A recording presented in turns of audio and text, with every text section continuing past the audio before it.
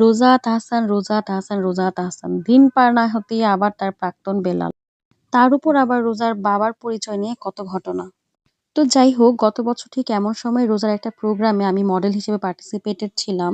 আর সেখানে বেলালও ছিল। সো একদম নিজের এক্সপেরিয়েন্স থেকে কিছু কথা বলবো। এনিওয়েজ, হ্যালো এভরিওয়ান, আসসালামু আলাইকুম and welcome to my page Atasi's diary.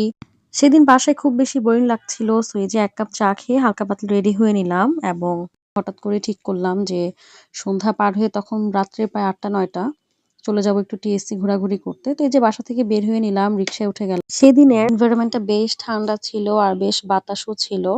এরকম ঠান্ডা বাতাস ওয়েদারে বাহিরে ঘুরতে আর বিশেষ করে রিক্সায় ঘুরতে খুবই মজা লাগে।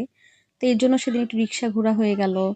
আর দিনটা ছিল শুক্রবার, যার কারণে টিএসসি যাওয়ার পরে দেখি যে প্রচুর ভিড়। আর খুবই বিরক্তকর যেটা লেগেছে যে এত গ্যাদারিং এর মধ্যেও তার মধ্যে আবার রাস্তাগুলো এমনি চিকন। এর মধ্যে বাইকারগুলো রাস্তায় বাইক উঠিয়ে দিয়ে একদম রাস্তা পুরো জ্যাম করে ফেলেছে। তো খুব বিরক্ত নিয়ে হচ্ছে এরপরে চলে গেলাম স্ট্রিট ফুড গুলাতে, যে দেখলাম অনেক রকমের স্ট্রিট ফুড, সাথে এই দোকানগুলো খুবই ভালো লাগছিল। দেখেন কি সুন্দর সুন্দর মাটির ও বাঁশের তৈরি অর্নামেন্টস, তারপর হচ্ছে শো পিস। তো এগুলো দেখার পরে দেখলাম যে গরম গরম মোমো, সো একটু মোমো নিয়ে নিলাম। মোমো আমার এমনি খুবই ফেভারিট, আর টিসিতে গেলে আমার অলওয়েজই মোমো খাওয়া হয়। তো এই যে মোমোর ফিলিংটা দেখেন, বেশ ভালো পরিমাণ ফিলিং ছিল, যদিও পুরাটা চিকেন ছিল না, এখানে অন্য কিছু অ্যাড করে ওরা। এনিওয়েজ, রোজার প্রসঙ্গে যেটা বলছিলাম, তো গত বছর সেই প্রোগ্রামে দুজন দেখে আমার মনে হয়েছিল যে ওরা মেবি বয়ফ্রেন্ড গার্লফ্রেন্ড, কারণ ওদের বন্ডিং খুবই ভালো ছিল আর দুজন দুজনের প্রতি অনেক কেয়ারিং ছিল। আর বেলাল ছেলেটাকে দেখলাম ওর প্রোগ্রামের ম্যানেজমেন্টে অনেক কাজটাই হচ্ছে যে সেই করছিল।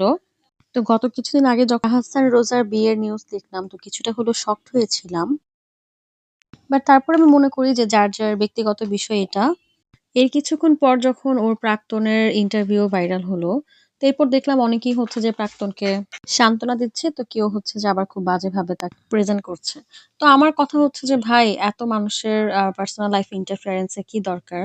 আর হ্যাঁ, আমার হচ্ছে যে বেলালের এরকম ভাবে ওপেন ইন্টারভিউ দেওয়াটা একদমই ভালো লাগেনি।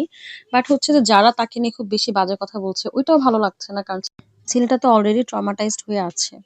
আর রোজার ডিসিশন নিয়েও আসলে মানুষের এতটা জাজমেন্টাল হওয়া ঠিক না, কারণ রোজা নিশ্চয়ই বুঝে শুনেই তার ডিসিশন নিয়েছে। আর বয়স নিয়ে যারা খুব বেশি মাতামাতি করছেন, তো তাদের কাছে কোশ্চেন, মিথিলা তাহসান তো খুব পারফেক্ট এজের ছিল, তো ওদের কেন সংসার টিকলো না? সো কি হয় না হয় এগুলো সবকিছুই আসলে আল্লাহ তাআলা জানে। এতটা জাজমেন্টাল না হলেও আসলে হয়। এনিওয়েজ, তো এই যে বকবক করতে করতে আমার ঘোরাফেরা শেষ করে যে আমি অলরেডি বাসায় চলে এসেছি, তখন অনেক রাত হয়ে গিয়েছিল। তারপর সাডেনলি মনে হলো যে একটু পিজ্জা বানাই, আজকে রাতে পিজ্জা খাই। সো এই যে পিজ্জা বানিয়ে ফেললাম। তারপর রাতে খাওয়া দাওয়া করে ঘুমিয়ে পড়বো। সো আজকের গল্প এখানেই শেষ, অ্যান্ড থ্যাংকস ফর ওয়াচিং। আল্লাহ হাফেজ।